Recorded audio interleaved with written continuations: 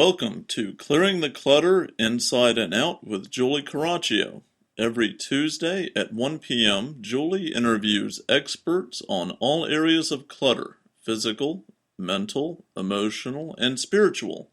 Learn easy to implement tips on how to release clutter and get organized to create the life you choose, deserve, and desire.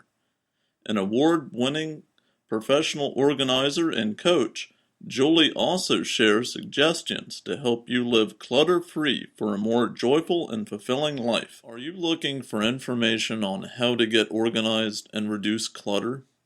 Have you wanted to hire a professional organizer, but it's not in your budget?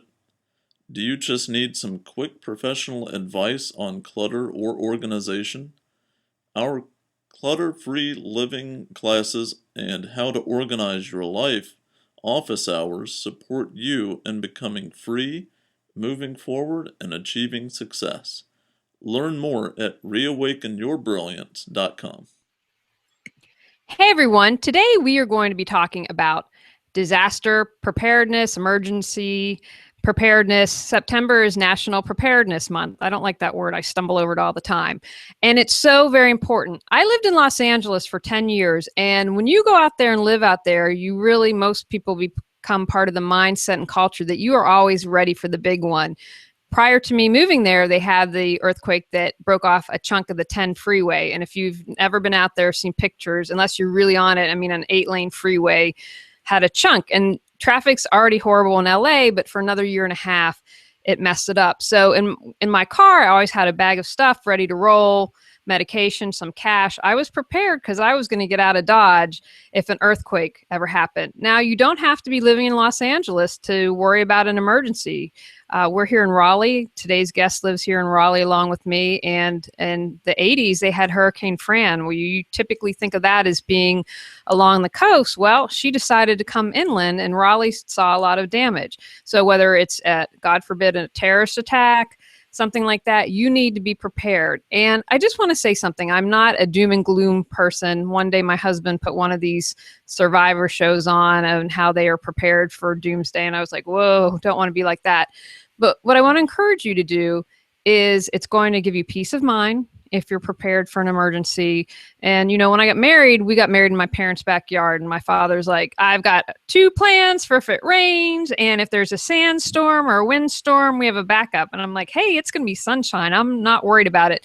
He said, I'm preparing for all of this so that it doesn't happen. So if you struggle to get going on this, I'm going to encourage you to remember, you know what? I'm going to be prepared so I can put a little extra effort to it not happening. All right, let's tell you about today's guest. Emily Parks is a productivity consultant and office organizer who founded Organize for Success, LLC in 2007. She helps busy professionals and corporate teams use all their available resources to drive desired results, including the organization of their workspace, making workflow processes more efficient, delegation techniques, strategic planning, and implementing the most appropriate tech tools for PCs, Macs, Androids, iPhones, and much more. Emily is an Evernote Business Certified Consultant and a 2005 winner of the Triangle Business Journal's 40 Under 40 Leadership Awards. She is also a huge Wake Forest Demon Deacons and San Antonio Spurs fan. Welcome, Emily. Hello, Julie. Thanks for having me here. And as you know, Emily is our only unofficial, official, regular guest who is here to help us with anything productivity and business needing technology. She is our go-to gal. But let's get started because we have lots of stuff to cover today. Emily, what are the common mistakes people make besides not preparing when preparing for an emergency? Julie, in general, people tend to think of all scenarios from their own perspective, which means they consider what information, supplies, things like that they themselves need in order to proceed when everything normal has been thrown helter-skelter. I work primarily with businesses, so the information that I share is often targeted to companies. However, any family operates as a team, just like those in business.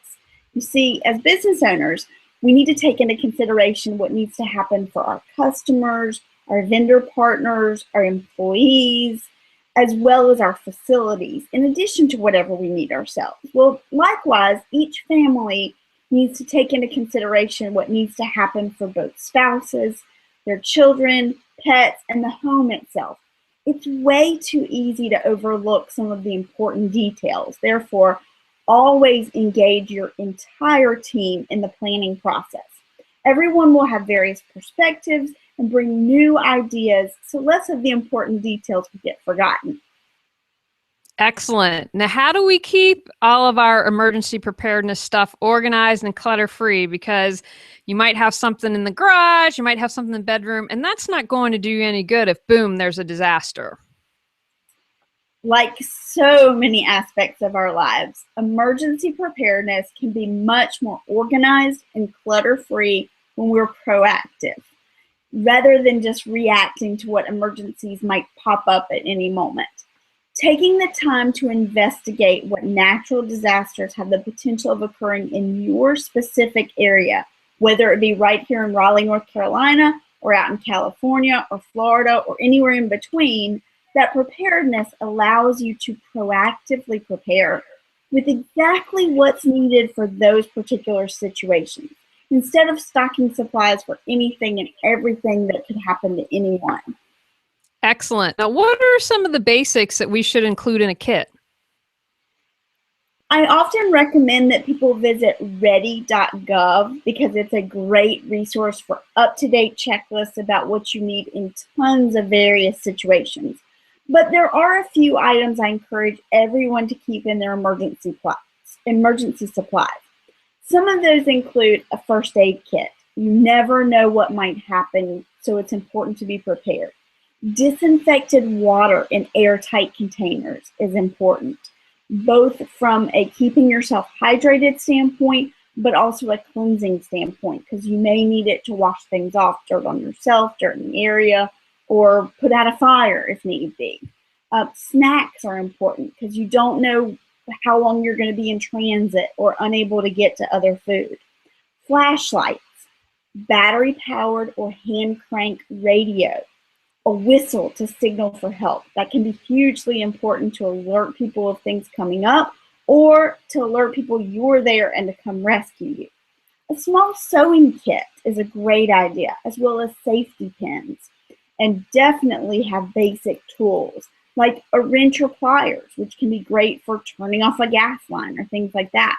A hammer, nails, a pocket knife has numerous different uses, as well as having both a flathead and a Phillips head screwdriver available. I recommend that folks think about keeping a generator in their preparedness supplies, as well as plastic sheeting, a tarp, and duct tape so you can shelter in place as needed. Heavy-duty work gloves and garbage bags are hugely valuable when you're in the cleanup process. That protection of those heavy-duty work gloves can be great when you're actually out there picking up what needs to be picked up. A couple of buckets can go a long way in making sure that you're collecting things together, transporting things properly, or picking up things through the process. I also make sure that everyone, whether in a business or a residential environment, has a small ABC type of fire extinguisher. And if your home or business has multiple different stories, it's important that you have a fire escape ladder on those upper stories so that people can get out safely on their own rather than having to wait for the fire department to arrive. Because you don't know how long you might be without power in certain emergency situations, solar power chargers for your mobile devices are helpful. I also recommend that people keep those personal supplies like medicine or extra cash laying around. People forget to think about the fact that when the power goes out throughout your entire city, all those ATMs that you're used to going to for additional cash will not be working. And most vendors won't be able to take credit cards because all of those processing systems will be down in the midst of the emergency too. Check out ready.gov/build-a-kit for more information, or you can also watch my related video on my YouTube channel, which goes through all the supplies I recommend. Excellent. I would also add feminine needs for women. I can't imagine being in a disaster needing that.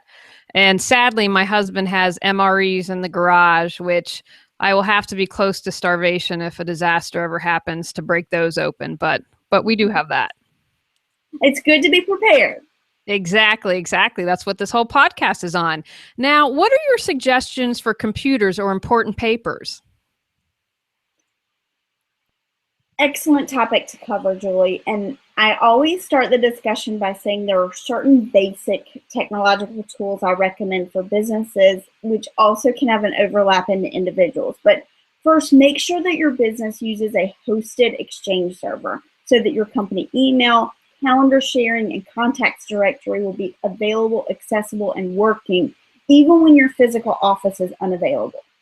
Second, I encourage people to utilize a hosted voice over IP for your business's telephone needs. That way you can continue sending and receiving calls amidst whatever disaster might strike. It also helps in transferring calls to anywhere at any time. So if you're relocated to a different place, you can continue to operate business as usual. And you can also continue getting your voicemail messages and emails even if you can't get to a phone line to check your voicemail or to check your calls. Third, I highly, highly encourage everyone to download your software solutions as apps from the web rather than installing them via a CD or the manufacturer actually putting them on your computer when you buy the computer. This makes it easier to keep all your tools up to date, but it also enables you to easily access those tools from anywhere. So you can more easily transfer your tools to a new laptop or a new desktop or utilize them remotely. And then last but not least, I really encourage you to save important information to a cloud storage solution. Those would be things like Backblaze, Carbonite, CrashPlan, Mozy. These are not online file repositories. The important thing to remember about online file repositories is you are moving things to them. It's not a set it and forget it solution. But if you choose one of these cloud storage solutions, you can set it and forget it and ensure that all your necessary information is available from anywhere in the midst of an emergency. Items I recommend you include for emergency preparedness are things like your insurance policy and the contact phone numbers for those people that are actually carrying out your insurance policy. Copies of your business licenses, your permits, your articles of organization, your EIN from the Social Security offices, your bank account numbers, because how many of us know those right off the top of our head? Probably not, but if you have them in a cloud solution, you can easily access them. It's also important to have the deeds to your property accessible in a cloud solution, as well as service contracts for all your tools and inventories of the items in your office space, as well as items you're selling, because those inventories might be damaged by whatever is afflicting you from an emergency standpoint, and you want to have a backup of that information that's easily accessible when you need it. Outstanding. Now let's talk about communication during a disaster. I believe that Twitter has been a tool that, especially during that one tsunami, was a way for people to get out the word, hey, I'm alive and this is what's going on. What do you suggest? I'm so glad that we're talking about communication from a preparedness standpoint, because so many people are focused on the supplies that they need or how to back up information or those elements that are important in the preparedness process and dealing with an emergency. But there are several key groups that need information, particularly from a business, when they're leading up to or in the midst of an emergency. As a business owner, it's so terribly important for me or other business owners to think about our team members. Employees need to know how we want them to respond, particularly when to report to what location for work and when they can expect payroll to be processed. There's a lot of people that depend on a lot of things in the domino effect of this, and knowing that information can be important. So where should employees look for necessary directives? Maybe you have a website that's your emergency preparedness website, and that's where you post these directives to your employees. But maybe you send it out via email or a text message. Maybe it's on a voicemail line where they call in to listen to the recorded greeting, and that tells them their directions. But making sure that you're very clear on what needs to be communicated to whom during the process. Keep in mind that since different team members fulfill different functions in your company, different employees are going to need different directives in order to continue their jobs in an emergency situation.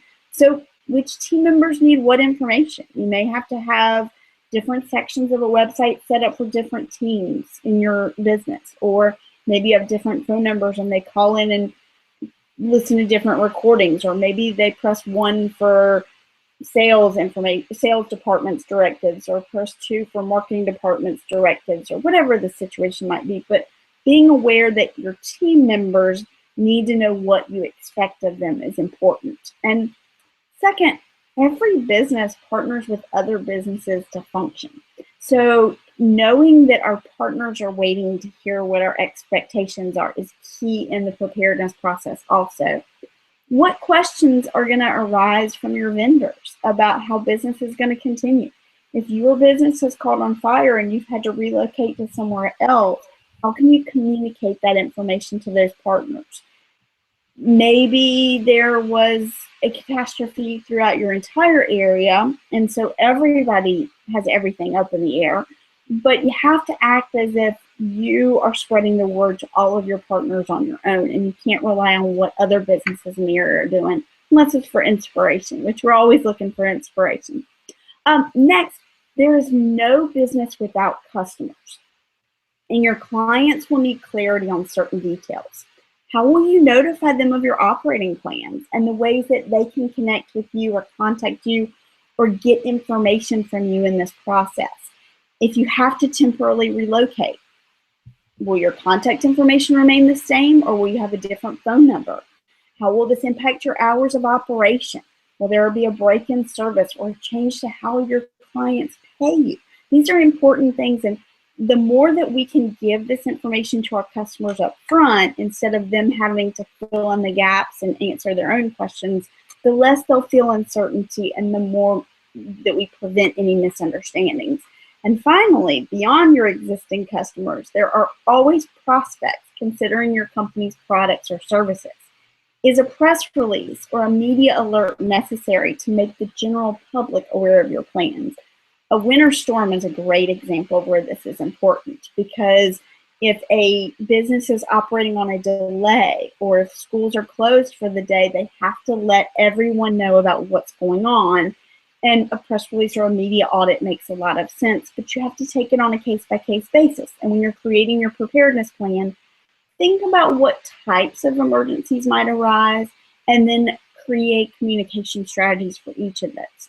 Alternatively, if you're an individual or family, you want to make sure that, number one, you've communicated properly with your family members about where to meet up and how to alert one another to being okay. You know, maybe you say, we'll text everybody. Well, but if the phone lines are down, that could be a problem. So some families just decide we're all going to meet at XYZ location. And then that way you don't have to rely on communication methods. You're all going to be there at the same time to find each other. But being aware that communication is an important detail in your preparedness planning is a huge start to getting over that hurdle. Outstanding. Lots of good information. Yeah, our plan is we just start driving to West Virginia if there's a disaster in Raleigh. That's all we have so far, but that's right. That's why I interview you, because I have homework. It's good for me. It keeps me out of trouble. Is there an app that you'd recommend for people to use to help get them prepared? Absolutely. I have found the Evernote suite of apps to be hugely helpful in boosting folks' emergency preparedness. Evernote is great for checklists that can help in those panic-prone situations.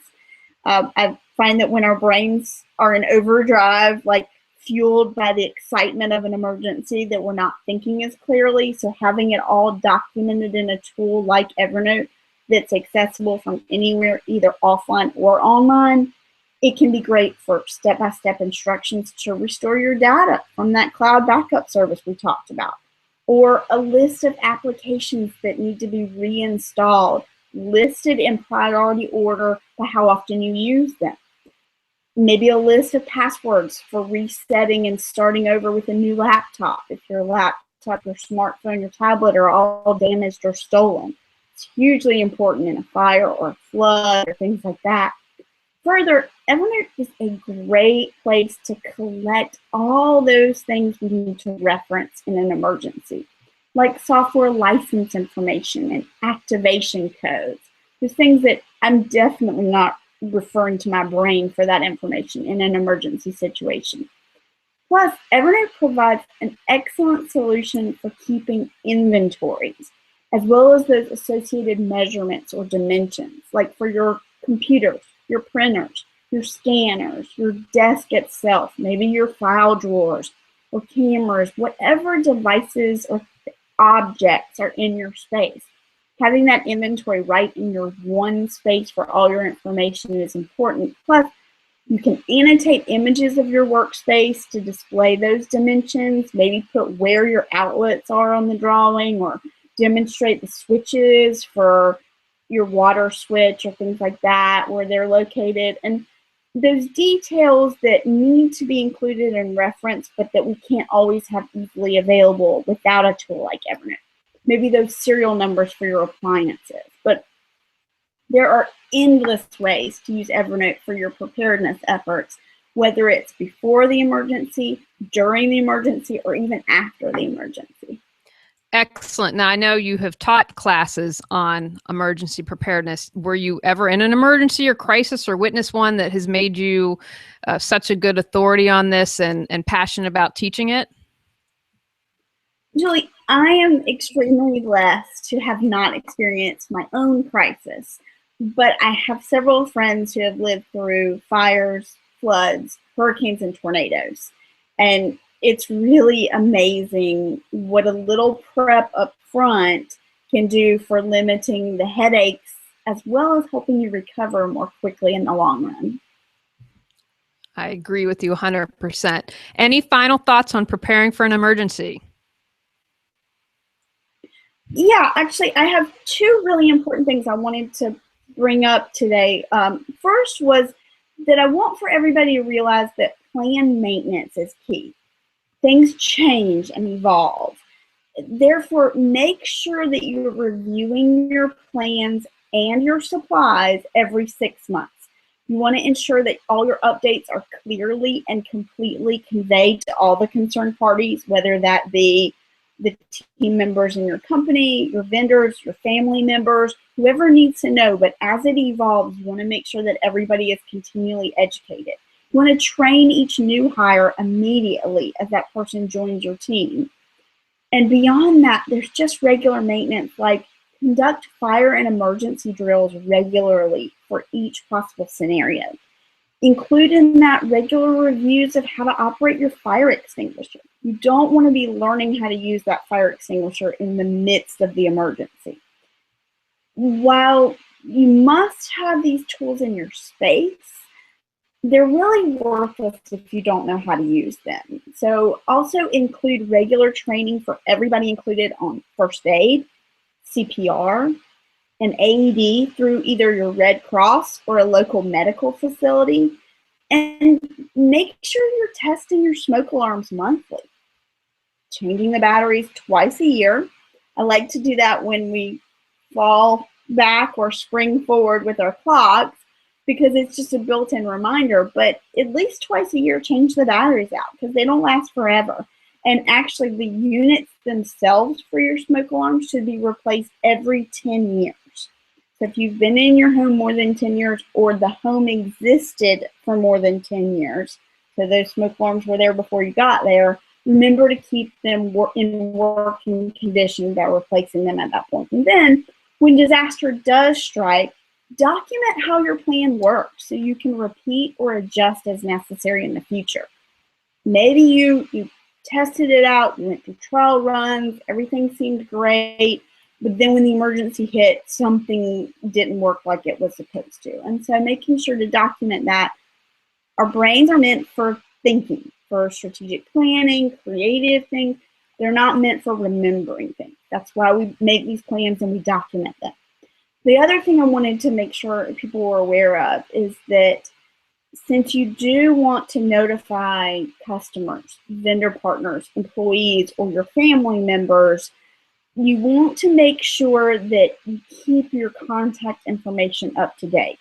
The last thing you want to be doing is scrambling for a correct phone number or an email address when you're trying to alert someone to what's happening in the midst of an emergency. That's just not a good use of your time or your energies when you're already frantic and things are kind of panic prone. That's all wonderful advice. And I did not know about changing the fire alarms every 10 years. We're really good about changing the batteries, but thank you. That's a wonderful tip. Thank you. Now, any one last tip, anything you want to help people and support them in eliminating clutter in any area of their life? I just want to encourage folks to be aware of the items that they keep in their space, on their calendar, and in their mind. I live by the mantra that there's no need to hold on to whatever is no longer accurate, applicable, useful, or bringing you joy. So actively evaluate everything by that criteria. If you're like me and my clients, by following that advice, you'll find you keep less. So it's easier to find what you need when you need it. And you appreciate what you keep even more. It's a win-win. Exactly. Win, win, win. That's what we're looking for. Now, Emily, I know you have a blog and video series on this subject. Tell people about that, books, upcoming, whatever you want people to know about you. Please share. Absolutely. People can visit my website of organizeforsuccess.biz to read my blog posts, subscribe to my monthly e-newsletter, link over to my social media pages for regular updates, view what products I have for sale, and find out all about my upcoming events, including what classes I'll be teaching and what dates and times they'll be taught over at North Carolina State University's Technology Training Solutions Unit. And keep in mind, whether you're a business professional, manager, as your business grows and evolves, I want to play a role in helping you achieve your successes. So helping you find and implement the optimum resources for driving your desired results is just the start. Keep conversation open with me, and I'll be happy to share with you all sorts of tips and tools to make your life a little easier and more productive. Wonderful as always. Thank you so much, Emily. Thank you, Julie. This is great. Thank you. All right, everyone, you've got some homework to do, so get out there and get started and get prepared for an emergency. Again, we're going to hope it never happens, but release some mental clutter by becoming proactive and doing something. All right, everyone, it's time to go out, clear some clutter to create the life you choose, deserve, and desire. Are you looking for information on how to get organized and reduce clutter? Have you wanted to hire a professional organizer, but it's not in your budget? Do you just need some quick professional advice on clutter or organization? Our clutter-free living classes and how to organize your life office hours support you in becoming free, moving forward, and achieving success. Learn more at reawakenyourbrilliance.com. Thanks for tuning in to Clearing the Clutter Inside and Out. Sign up for our newsletter and receive a free copy of 10 clutter-free living tips. Ready to create the life you choose, deserve, and desire? Learn about Julie's coaching, ebooks, online monthly decluttering classes, how to organize your life, office hours, and her unique clutter-free living mastermind at reawakenyourbrilliance.com. You can also watch all episodes on YouTube or download on iTunes and more. Join us next Tuesday at 1 p.m. Remember, the journey of 1,000 miles begins with one step.